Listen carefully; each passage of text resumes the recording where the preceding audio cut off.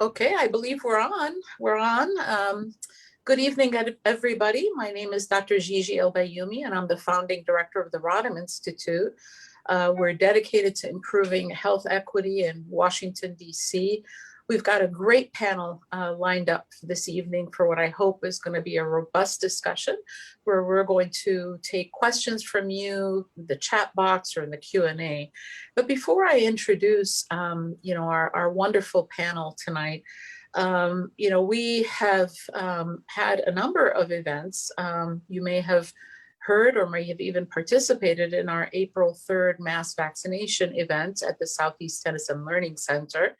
And I'm so proud to tell you that this model, which is a holistic model where we educated people prior to the vaccine, where the community-based organizations were the lead in terms of registering people, where we had free Uber rides and childcare on site and had food and mental health resources there, not to mention health literacy, is something that's going to be reproduced through the city. So I'm very proud of that. We vaccinated 886 people on that day. We joined forces with all of the hospitals and academic institutions. It was really a beautiful thing. So we have on Thursday our 7th annual summit, and it is dedicated to mental health.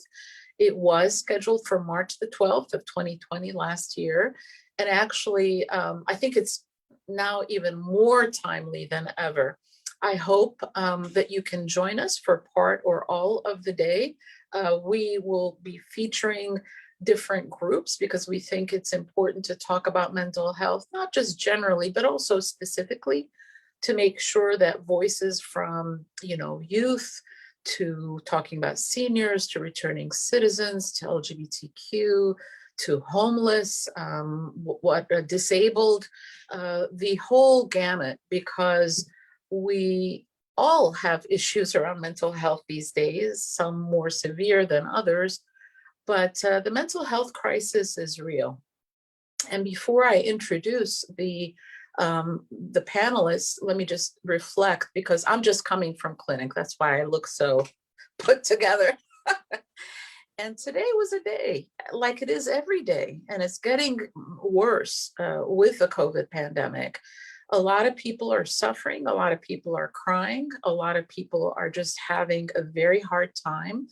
Our usual coping mechanisms are not there. And while it's good to see that more and more people are getting vaccinated so that we can return to normal, I think that obviously our normal is not going to be the same. It's going to be a new normal.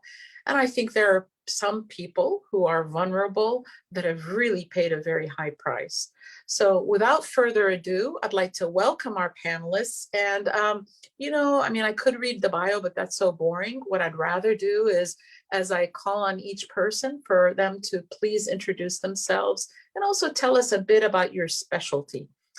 So we're going to start off with Ms. Karine Coppola. Welcome. Thank you, Dr. Gigi. I'm thrilled and honored to be here to share this with you this evening. So I'm an adjunct at Milken School of Public Health, teaching meditation and yoga for the last few years. And I'm in business for myself right now. I've worked in treatment centers. I've got a master's in organization development. I've worked in schools. I do a lot of work with youth through some local and national nonprofits, mental health related. And I have a program called Conquer the Invisible, mostly focused on women and young adults who are going through major life transitions or may have experienced some trauma in their backgrounds. That's me. Well, thank you for that. And for the audience, this is a safe space.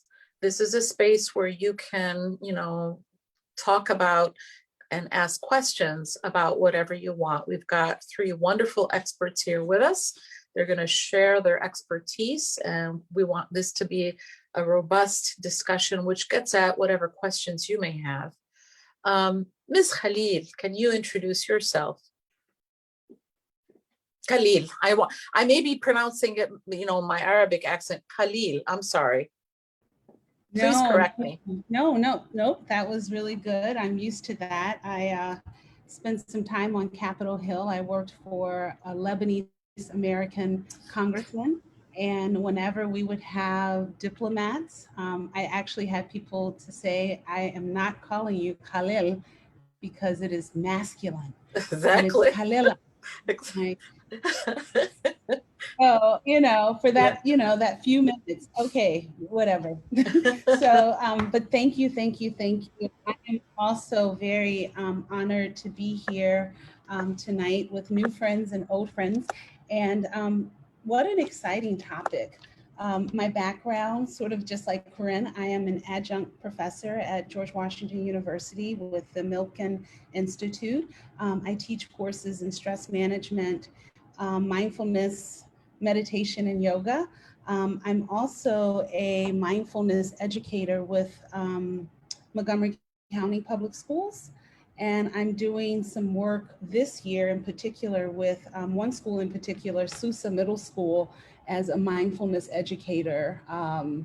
Interesting, before the pandemic, we were developing this model, whole school, whole child.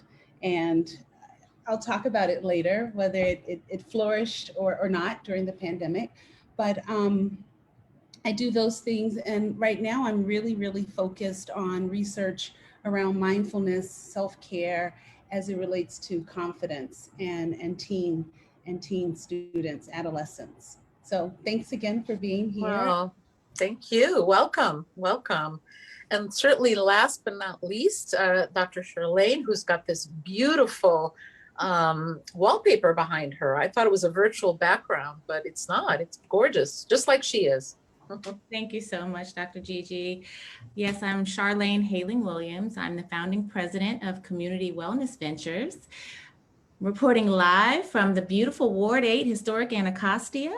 I'm a psychologist by training, and I've spent a number of years in Washington working on policy and systemic reform. And that really led me to work towards building my own system within the system to address the factors that we know disproportionately affect our community, particularly the Black community here in east of the river and everywhere really, in poverty. And we have particular vulnerabilities. And so bringing high quality, results-based, culturally specific care is what we're here to do. And we partner quite often with some governmental and other community organizations around special populations. You referenced earlier those who've been particularly impacted by COVID. And those populations are the same that are always sort of more vulnerable to other mental health challenges. So returning citizens, women in the perinatal health period, of course, children and families, people who are experiencing substance use challenges and the like. So it runs the gamut, and we're really just here to give an accurate picture of what the true needs are and what works, instead of sort of doing whatever and seeing what sticks, but bringing high quality, data-driven care to the community and being able to tell the story. Thank you. Well, you know, when I see my patients, I'm a general internist and I see them for all kinds of different reasons. I'll ask, I think especially for people who are African American, but I ask this of everybody, have you lost anybody, or how has COVID affected you and your family? And then, you know, many people may not be aware of the fact that 1 in 3 African Americans know somebody who's died of COVID. Mm-hmm. Sort of, how are you coping? How's your family coping? We talk about, you know, work and school and life. But one of the things that I always ask about is sort of PTSD, the post-traumatic slave disorder, right? Because these last several years before the pandemic have just been an onslaught of just traumas, right? That some people experience more than others. I saw a lady yesterday, an older lady who is unfortunately dying of a condition. And, you know, she was having a hard time. And so I asked her those questions and she said, oh, yes. And one of the kids that grew up in the neighborhood was shot and killed. So we know that these cumulative sort of things, but is there something else about sort of the pandemic that has made this particularly sort of acute? We'll start off with you, Dr. Charlayne. What have you been seeing in sort of your practice?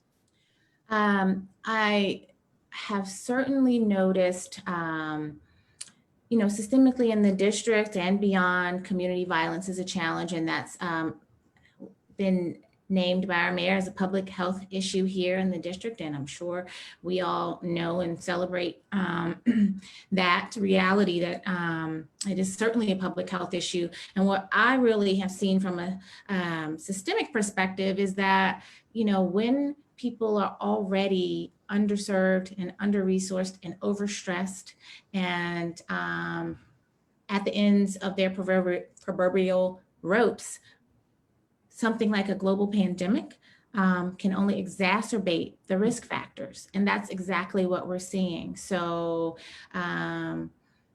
untimely deaths are not new, but they've been quadrupled at this time. And so trauma is not new, but it's even more relevant and present and potent, I'd say. And so there's been, as there's been an uptick in violence and grief and loss, lack of access to basic needs, homelessness is on the rise, and all of those things. We've seen a real increase in people reaching out for additional help and services. And that's why entities like Community Wellness Ventures are so important, because we can provide that clinical home to address all of their needs, including those community-based needs, which is something that's unique here in the district. And we apply an integrative approach to partner with primary care to really treat the whole person. Mm-hmm. So, Ms. Corinne and Ms. Kahlil, please help us out.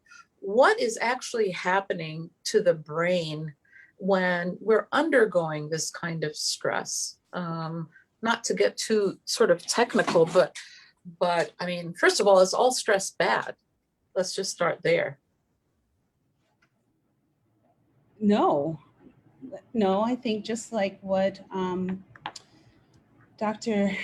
Hayling-Williams just said, I think what we're dealing with is just, it's compounded.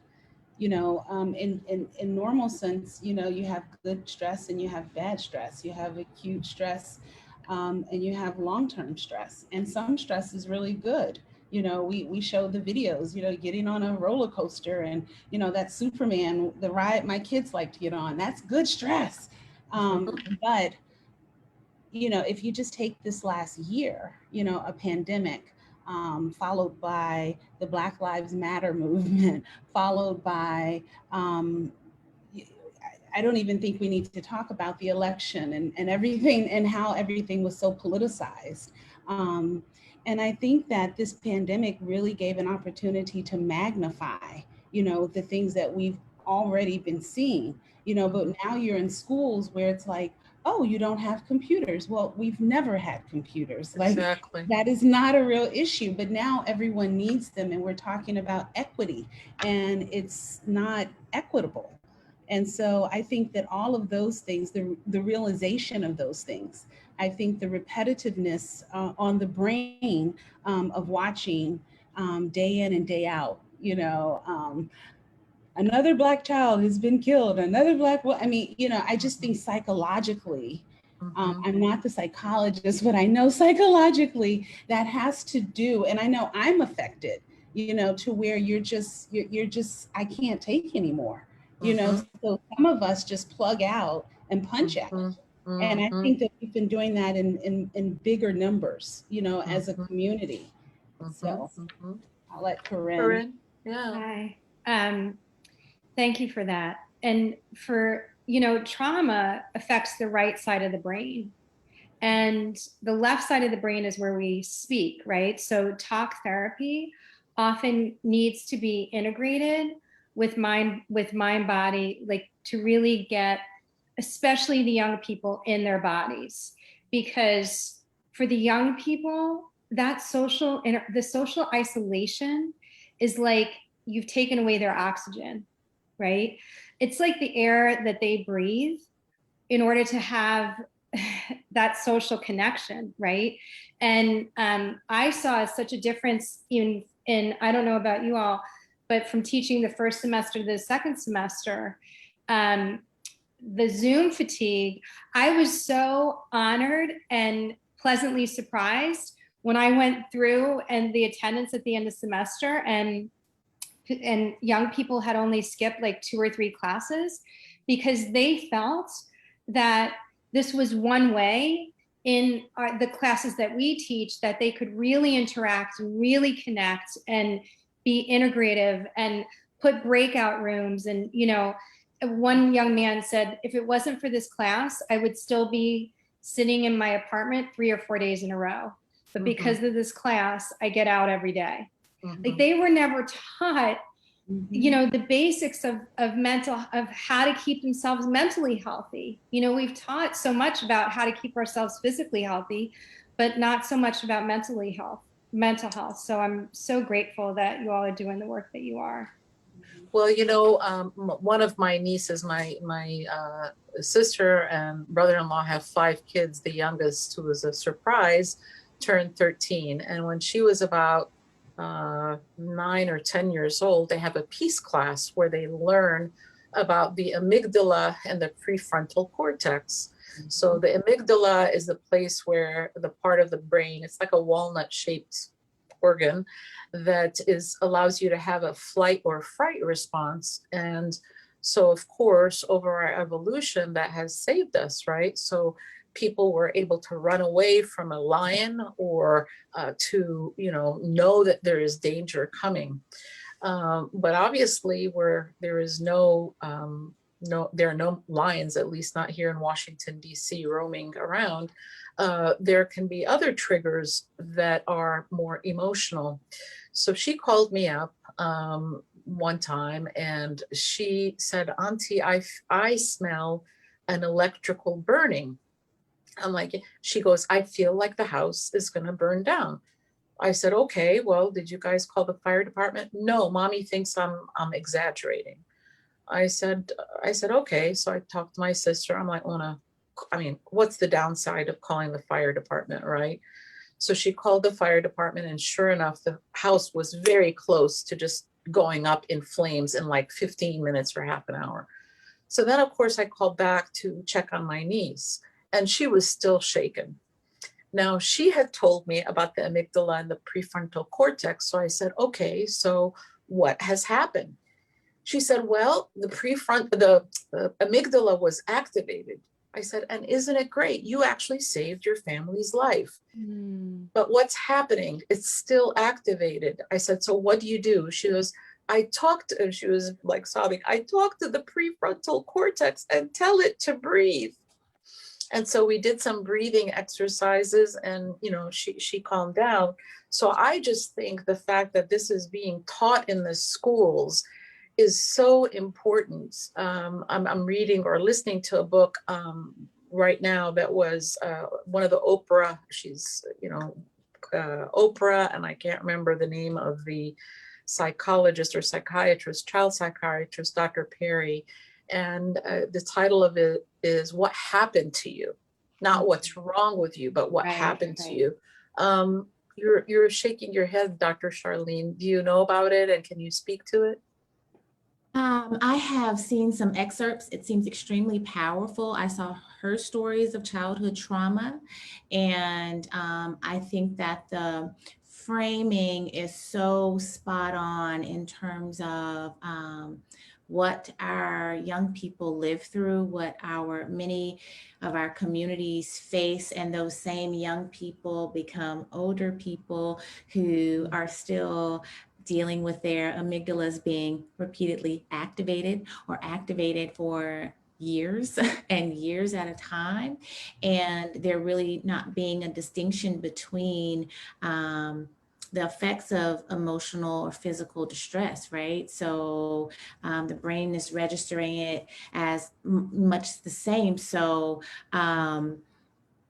I have not completed the book, but I have been really impressed so far. And I think it is quite timely. And, I think the juxtaposition of where Oprah particularly started in her life and where she, has, ascended to, if you will, is a great story of resilience that we can mirror in our storytelling, and especially when we work in communities to build upon the strengths, because there are many. Yep. And also, illustrate for policymakers and just folks throughout the system all of the warning signs and triggers that are often ignored or missed, and the multiple factors that are at play and what's really required to live a healthy and well life. And it begins early and it's ongoing, and the work is never ending. And so, I'll just say that that's often what's missing and most challenging in this work. The system wants us to be able to put things in a box, and people are more like water. Health, just, it can't always be, health and wellness can't be contained in ways that are, I guess, predictable and follow a specific trajectory. And so the interventions and the solutions, if you will, have to be as complex and comprehensive as the challenges are. Right. And especially when the last thing I was going to say is, especially when we own the reality that many of those things are of no fault of the people themselves. Well, I think the paradigm that's been set up by the sort of the classic or the conventional medical or healthcare system is to partition everything, right? And certainly in other societies and other cultures, it's one system. Body and mind are together. I'm of African Arab descent, and my dad, who is he's a retired professor, he talks about his hypertension is that I'm hypertense, because he makes the link. It is not this sort of separation. And so I'd love to learn more about the courses that Corinne, you and Kahlil teach, and sort of what are the strategies that help with the stress management, what have been shown to be effective, moreover. Gigi, I just want to go back, I want to respond to that, but I also wanted to say that what I found throughout this pandemic is that not only are the children learning about themselves from the inside out, it's given us an opportunity as educators. If you're not a therapist, if you're not someone that's focused on this, learning like, the hippocampus, emotions, and learning and understanding our students better, so that we are better able to plan and to prepare, for our students. So I've seen that a lot. And I like what Dr. Hayling-Williams talked about, their company being integrative. And I thought about that today. I was listening to, of course, we've been hearing the horrific numbers that have been coming out of India. But what I thought was interesting was how they were making the connection to what is going on in India will affect the whole world. Yes. So why is it, when there's something going on inside of your body, it's not affecting your whole body? When I have a headache, it's holistic. It's not just my finger.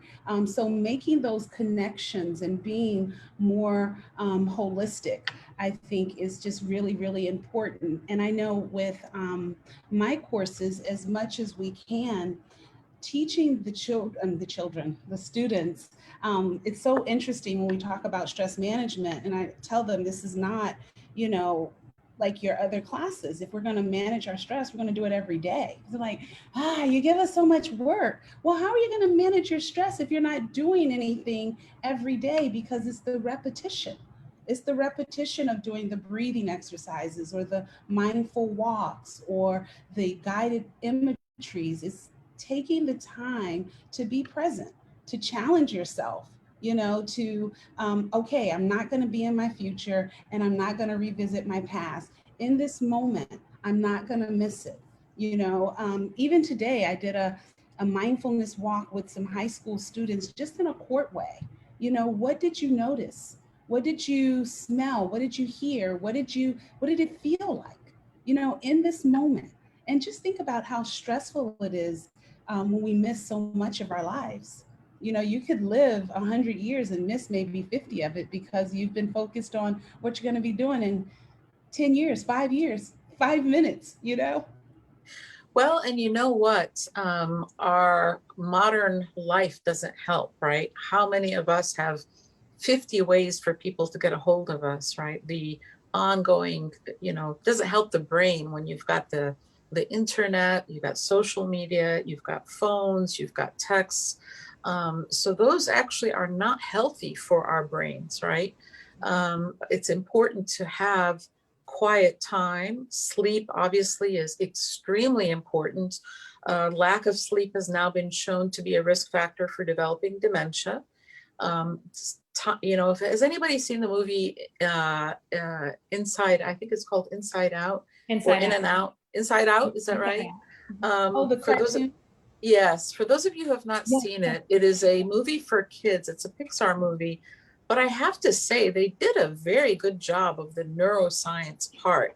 And so they have a part where when the main character is sleeping, all these different workers or cells are doing all the cleanup at night so that she can wake up kind of fresh. And that's exactly what happens. So I really like to talk about the sort of the understanding of our brain's mechanics so that it doesn't feel like we are just sort of or tied, if you will, to just our environment, that we can have some degree of control. But I want to take a question that there are a couple of questions now, one on the chat, but first one comes, what's the best way to handle stress centered around the environment that you live in? That question comes from Ms. Charmaine Smith. Any of you can take this question. Can you repeat the question? I'm sorry.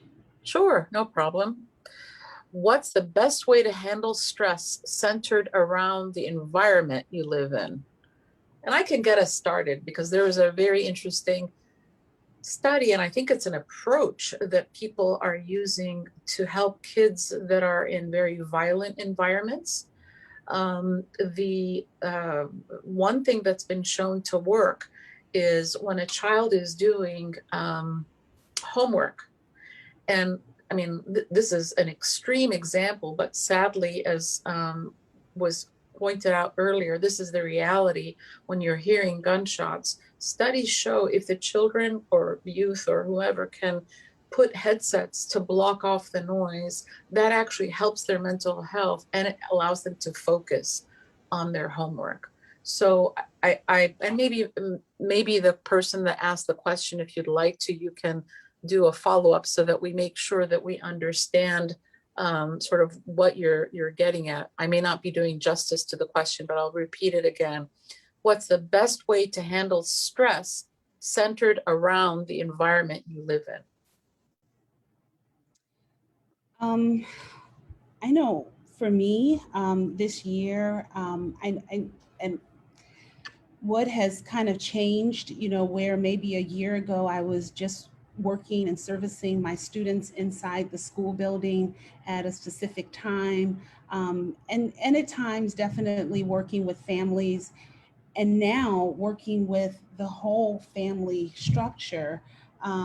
And I think what has helped me most is having empathy of what's going on and really trying to understand, perspectives, not going in with this sense of, oh, I'm a Black woman, I have the experience, I know, but really listening and talking, validating, and having these shared experiences and trying to think of solutions.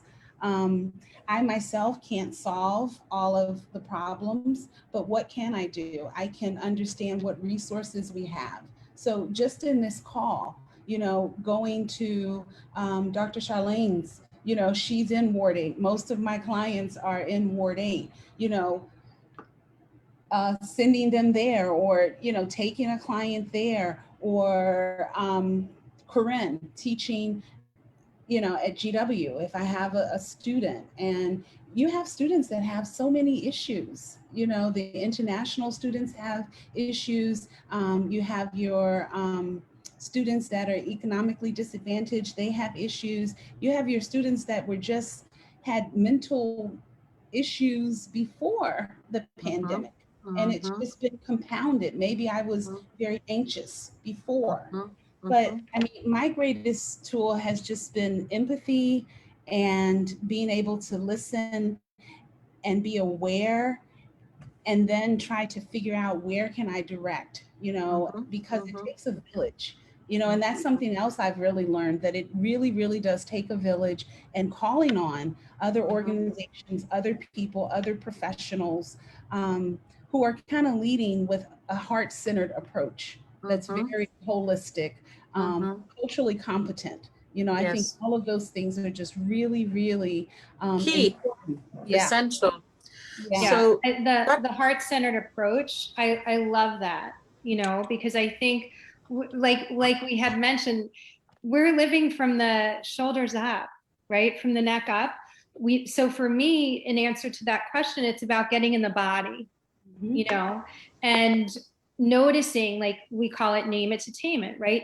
Noticing my feet are on the ground, my hands are resting where, like, can I get into my five senses? What do I hear? What do I see? What do I smell? What do I taste? What do I feel? So those are, and depending on your environment, like it can be really triggering. One of the tools that they teach Navy SEALs actually is to wiggle your toes. So when you're feeling that, you're escalated, there's a lot of stress, taking a few deep breaths and simply wiggling your toes and saying to yourself, I am right here. I am right here. And just getting this sense of groundedness and connectedness to the space in which you're in can be helpful. And again, whatever is culturally relevant to what you're experiencing, because, that question is so general. But it's really about like, what is my response? What can I be in control of? And we're only in control of ourselves. That's right. So Dr. Charlayne, let me ask you, because I think it's important for all of us to know, when are we dealing with the blues, okay, feeling overwhelmed, moving into something that may require professional help. And as I think is being mentioned, that we are not just our individual selves, it's the whole family, even the whole community. So help us out with that. Certainly. There are a few thoughts that I'd like to share that sort of tie in around context. The question that you all just answered really spoke to me, because it's what we talk about all the time, that what happens around us collectively impacts us individually. And some of us, the context is more abrasive than it should be, hard stop. And for those of us who are in the position to speak truth to power and validate those things, this should not be happening. Let's start there.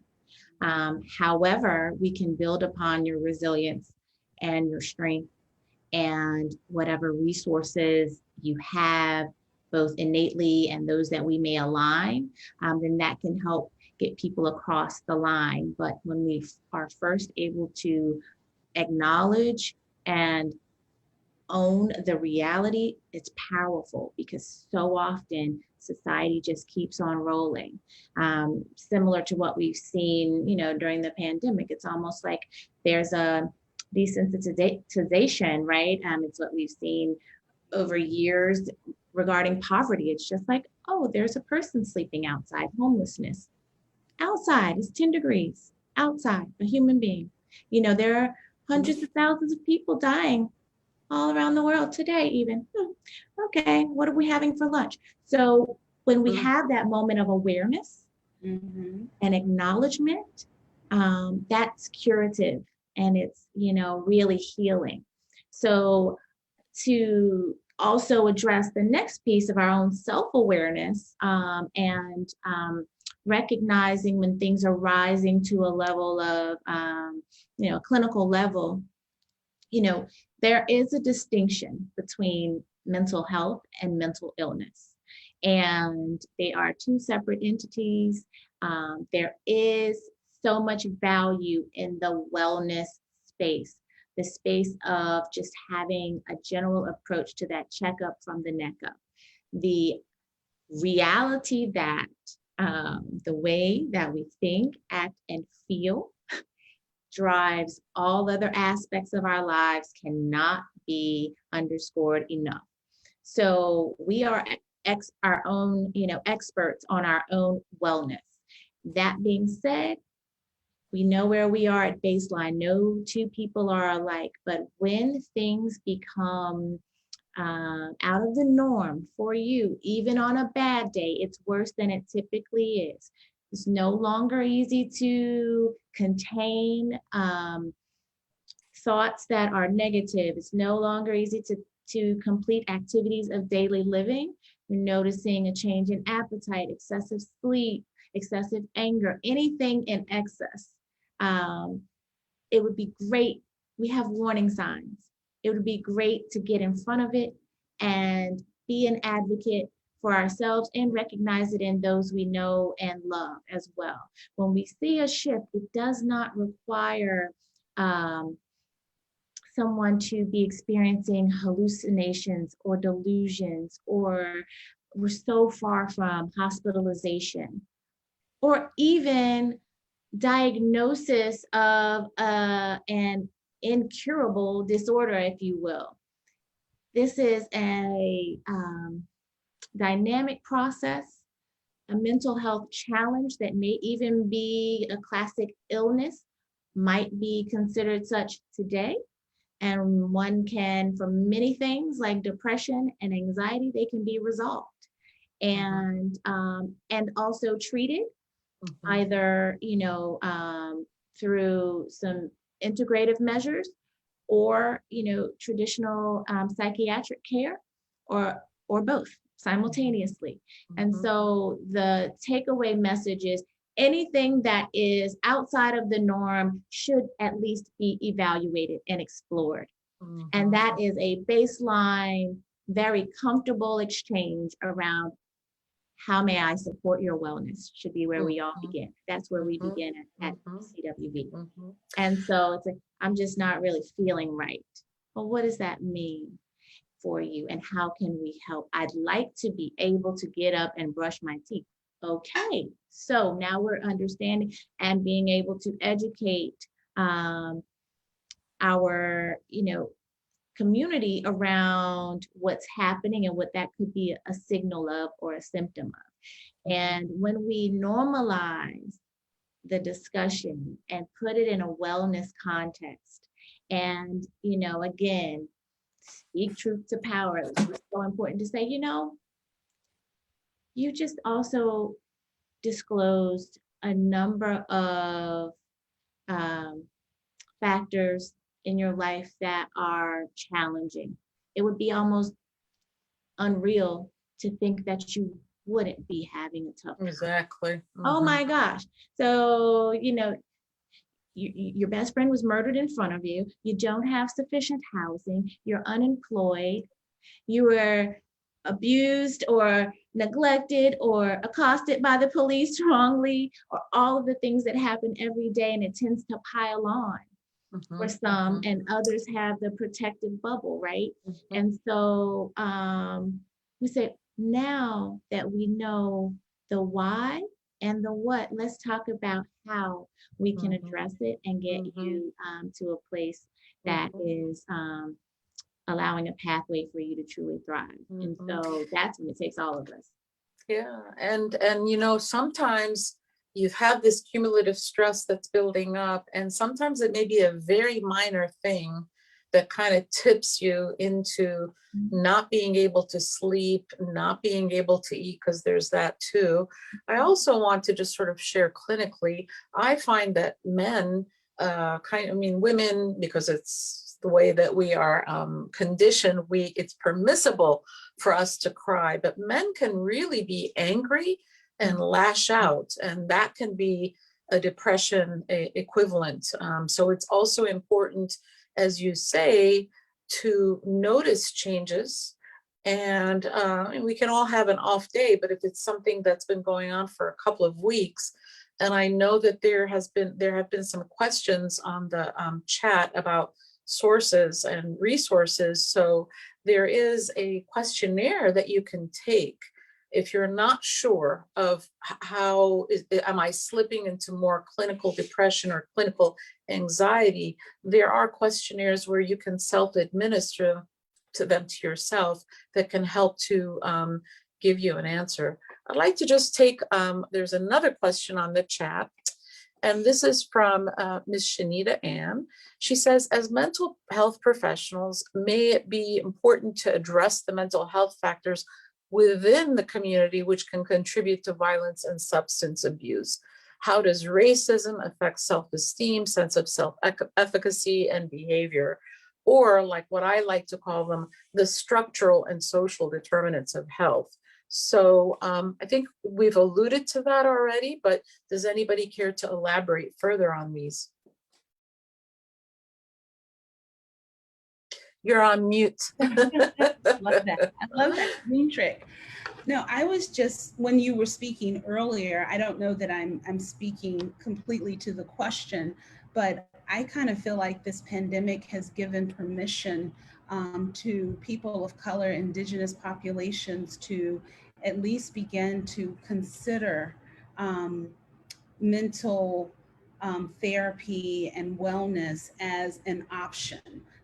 There is a lot of mistrust of the medical system and what it's about. And so, and we are starting to normalize it. I mean, I can even think of myself, I've always thought, oh, I should talk to somebody. I got so much going on. I'll be okay. I'll do a little breathing. Everything's good. But also there is a stigma. I can remember being a child. That's not what we do. And in actuality, just what you were just saying about the amygdala, being able to talk to your prefrontal cortex and even know that that exists and that that is a healing strategy. And that can take place wherever we are. Bullets going on outside, drug addiction, but just knowing what's happening in your body and that you have some tools to, be able to control or at least manage whatever is happening. But I do think, as a result of systemic racism and just our country's history, we do need to look within ourselves in terms of what we can do to heal. And I think that's why I'm really grateful. Dr. Hayling-Williams is on in her company, but companies like hers, Black Girls Therapy, and just different entities that people of color now have, because it needs to be culturally sensitive. You really have to, understand that journey of what people are living and what they've lived through. And I think having that historical reference and understanding the ramifications of racism. I mean, when I think about George Floyd, I'm old enough to remember Rodney King. It's like, what is going on? Didn't we see that? He didn't die, but wasn't that enough? But it wasn't. So here we are, some 20 years later, where I have a son who's 20 and he's again experiencing what I experienced at his age. And so I just think we have to be aware and sensitive and just really committed to, really looking at equity and fair, all these words that we fly around, you know, but we really have to live it. And I think when we go inside and we're practicing that sense of awareness and we know who we are, you know, maybe we can release some of the fear, you know, of if I have it, then that means that you can't, you know, why can't we all flourish? You know, you know, when we look at this society, there's enough space, you know, for all of us to do our work. But there's a lot of fear, and, you know, fear, you know, causes us to behave in all kinds of ways. I think that it's a multidisciplinary, multi-pronged approach, right? Yes, of course, there are the individual factors. There are the structural and systemic factors. I mean, if we're talking about racism and classism, and there is inequity in the distribution of resources, because people tend to think of resources as like, okay, Ward 3, you get 100 of whatever. Ward 8, you get 100. Well, that's not based on need. That's actually unfair, right? That's not equity. But then there's also the policy aspect, and I'll come back to you, Dr. Charlayne, and actually all of you, to talk about policy. And then there's education. There's many different aspects. But somebody said earlier, I don't know which one of you had mentioned this, but people forget that we are mammals. We are mammals and we feel each other. Did you know that there is something called the Princeton Project, which has about 30 different sites in the world? So that when something like what's happening in India and all these deaths are happening, people in the Amazon forest who don't even know about, you know, they don't have internet, they can feel it, and their behavior changes. So I think that this interconnectedness is much more profound than we actually in our thinking brains really appreciate. That's one.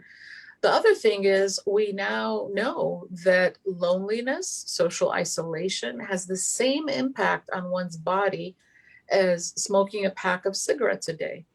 And actually in England, they have appointed a minister of loneliness.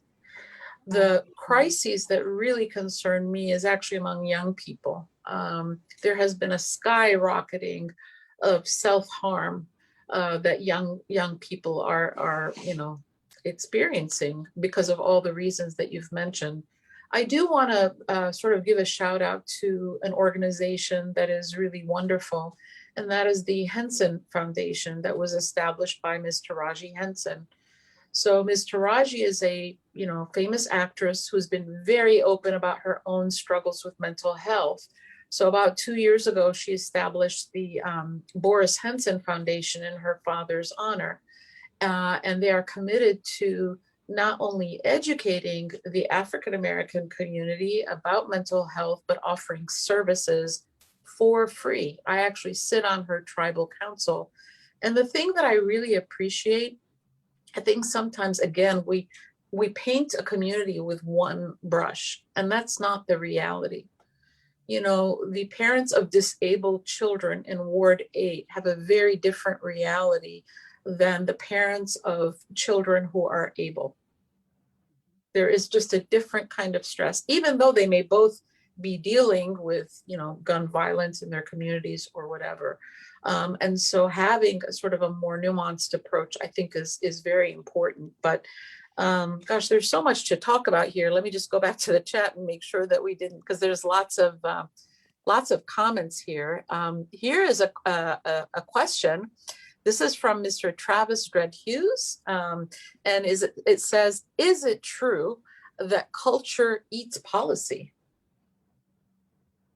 I'm not sure what that means actually, but I guess does it override policy? I don't know. These are very challenging questions on the chat, you guys. He said yes. What do you mean, Mr. Travis? Can you elaborate a little bit more in the chat? Does anybody understand the spirit of the question, or is it just me? I'd like a little more clarity as well. Okay. But he did have another question I saw just around resources and one thing that I think is helpful for folks, especially locally, but anywhere, it's great to start with whatever the state level behavioral health agency is to point you in the direction. The District of Columbia has dbh.dc.gov. It has a really interesting system that allows community-based organizations to upright public health clinics for behavioral health and related services. And so it's open to any person in the District of Columbia who is eligible for Medicaid or Medicare services, so lower income persons. However, there are a number of agencies that also serve people with private insurance, and that same sort of roster. And in terms of getting information on what's available in the system for the different age groups, for different particular subspecialties, that is a great place to start. And also, obviously, like NAMI and The National Association of Mental Illness. Yes. Association of Black Psychologists, American Psychological Association. I'm a psychologist, if you haven't noticed, but there's also counseling, social work, and there are often a ton of resources if you're not looking particularly for a provider, but just to understand the science of things, behavioral science. Those resources are readily available. And actually, Ms. Christina Williams, the head of our community engagement, met and worked with our friends at DBH, Department of Behavioral Health, and she created a resource page. We have some resources that are actually posted on our website. And so that's something that is also available for people to mention. He says where you're from, what color you are, and how you're raised minimizes the policies put in place. I think that the policy, that's the machine. So typically, in my view, the people who have power, who are elected or put in positions of policy making, tend to drive resources and actual laws that serve some and don't serve others. And that sort of gets to the earlier question and really kind of talking about racial socialization.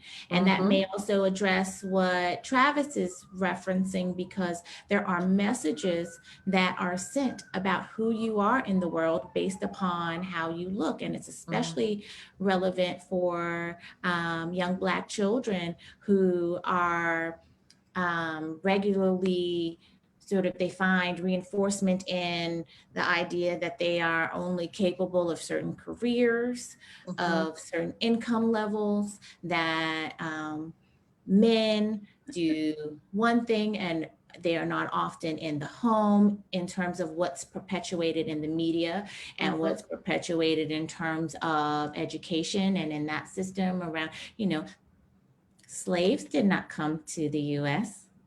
Scholars came to the US in bondage and were enslaved. So that is where that socialization begins, and the racial identities formed to go. I'm so glad you brought up that point. And we have we have to have a part 2 of this discussion. We've got 6 minutes left, and I'm going to ask Ms. Kahlil to do a special exercise at the end. But there's an excellent resource called The Psychology of Black Boys. And it's a 2-volume book that our friends, Dr. Warren Spielberg and it'll come to me, Grayland, I think, did. And it was interesting when you ask Black boys, first of all, it's boys and not men, because on average, boys they add 4 years to their life. So a Black boy at age 9 is looked at as a 13-year-old instead of a boy. And so they were telling kids, okay, your ancestors were slaves versus your ancestors were enslaved, and how the reaction is very different. It's a book, 2 volumes. I think I'm not getting any money from anything, but it's on Amazon. It's a great book to have sort of as a reference and to really follow them. Kirkland Vaughn, that's what the other person's name is. Very, very powerful. Corinne, there's a question I'd like to, ask you, because this came up. What are some of the activities during the summertime that people can do that can help maintain mental health wellness or mental wellness? Well, so it's back to the basics, like get outside, right? We can't get outside enough, I feel like, and move the body in some way, because when like emotion flows, right? So we need to flow with it and we need to move. So even if it's a walk around the block, and just like Dr. Hayling-Williams talked about, I think, or forget which one of you mentioned, there's such a difference in ward 8 from being a parent of a disabled child than an able-bodied child. So I want to also say, perhaps you can't walk, so you can get outside. Yes, in whatever way you can move your body. If it's just moving your arms overhead, there's a lot of resources now for chair yoga or chair-based movement.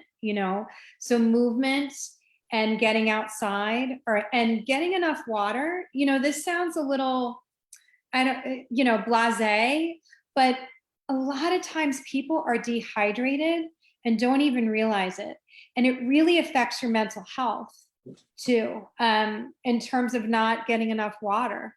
So those, and trying to engage in like scavenger hunts in some ways, like going to a different part of the city that you haven't explored before, because this also helps our brains when we do new things.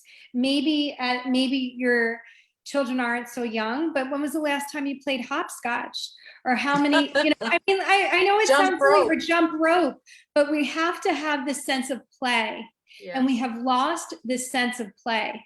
Go get water balloons, it's simple, like, but just trying to integrate, and it does fall on the parents or the adults in the family is the leader of the family, like it or not, so we set the temperature of who's in our home. And I often say, do you want to be the thermostat or the thermometer? So, that's a good one, and the visual is very good on that. So we have to set the temperature of ourselves. Yes, it really is really important that as the adult, you're taking time, take a nap, have the quiet time that we don't allow ourselves to have. Yes. And I notice, and just to, before we go to our closing exercise, and if you can't be outside, you can get wallpaper, right, that does have the forest or does have a waterfall, because that's been shown to be effective. I actually changed my office when I'm at home, that is, so I actually look outside overlooking the trees. I'm here because I'm facing you, but these are small things that, and then music, of course. I can't imagine life without music. And I think Mr. Travis brought that up. So this has been just a terrific discussion. And in the spirit of mindfulness, Ms. Kahlil, can you take us through a mindfulness exercise in the few minutes that we've got left? Absolutely. I'm going to take off my glasses. Okay. All right. We're going to do some breath awareness, very, very simple exercise. And very interesting that, breathing is something that we do all the time. And it's probably one of the most important things that we do, but it's, we're always on autopilot. And one of the little tidbits, understanding that when we're not breathing properly and not oxygenating our blood, that can really attribute to depression and things. So just breathing is something that we can do. And you don't have to Zoom. You don't have to pay for a yoga class. You don't have to do anything. You can do this. I always tell my students, you can do this on the toilet, in the tub, in the shower, wherever you are. And breathing helps us to stay present. And again, resisting that urge to revisit our past or to just jump into our future, just allowing ourselves to be right here, right now. So if we feel comfortable, if you feel safe, maybe we will close our eyes or bring our gaze downward. If it feels right, maybe placing your hand on your belly so that you can actually feel the breath as it moves through your body, expanding your belly, expanding your diaphragm, maybe even visualizing your lungs expanding as you inhale and exhale. If it feels right, you can focus the eyes at the brow point, stimulating our pituitary gland. And as we stimulate our pituitary gland, we're activating our innate ability to be intuitive, that heightened awareness within ourselves. So just breathe. Again, as we breathe more deeply, more fully, we oxygenate our entire bodies, really activating our relaxation response.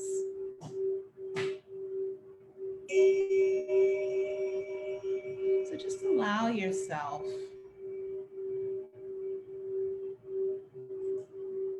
to explore as the body begins to calm itself down. Notice what's happening in the soles of your feet. Maybe wiggle your toes. Lots of gratitude and appreciation for our ankles and our shins. We're breathing. Feel the expansion. Relaxing the knees and the thighs, just breathing. Noticing where in the body the energy may feel a bit stagnated, where in the body the energy is flowing. Breathe into your belly.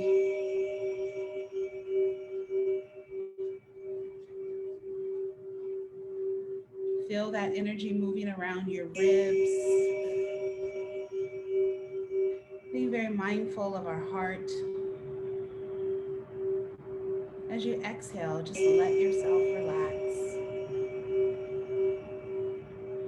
Begin to really soften your gaze, relax your shoulders. Notice if there's any tension in your jaw. Notice your facial muscles, the crown of your head. Relax each vertebrae in your spine. Even give a nice smile. Your adrenals, your kidneys. Relax your buttocks. And let's take a deep inhale and stretch our arms up. Create a little bit of space in the body. Maybe wiggle the fingers, reaching for the sky, spine nice and straight. And exhale, bringing it down. Bringing one hand to the heart, one hand on the belly. And just calm your heart, really connect with your breath, relaxing the mind, connecting the body. And slowly, let's open the eyes.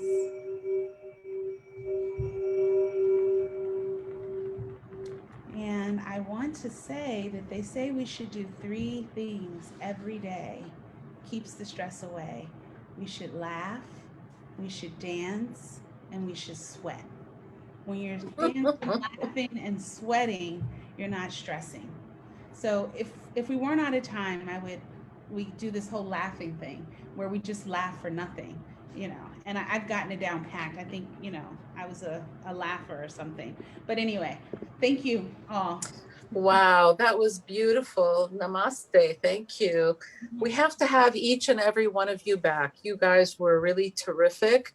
Dr. Charlayne, Miss Corinne, Miss Kahlil. I want to also give a special shout out to our wonderful Rodham Institute team, Ms. Ashanti Carter, Miss Christina Williams, and Miss Tracy Bass. I hope that you can visit our website and sign up if you haven't already for our free summit, which is dedicated to mental health. Thank you so much. Really appreciate your time, and be well and go for a walk maybe. Certainly laugh, right? Yeah. And sweating, does that include your private summer sweating? Does that count? Or it has to be exercise question. Anyway, maybe that's the next topic for the next webinar. Thank you so much for sharing your time. Yes, yes. Well, that happens. Yeah. Thank you Take for care. having me. All Great to righty. see you, Okay. Kahlil.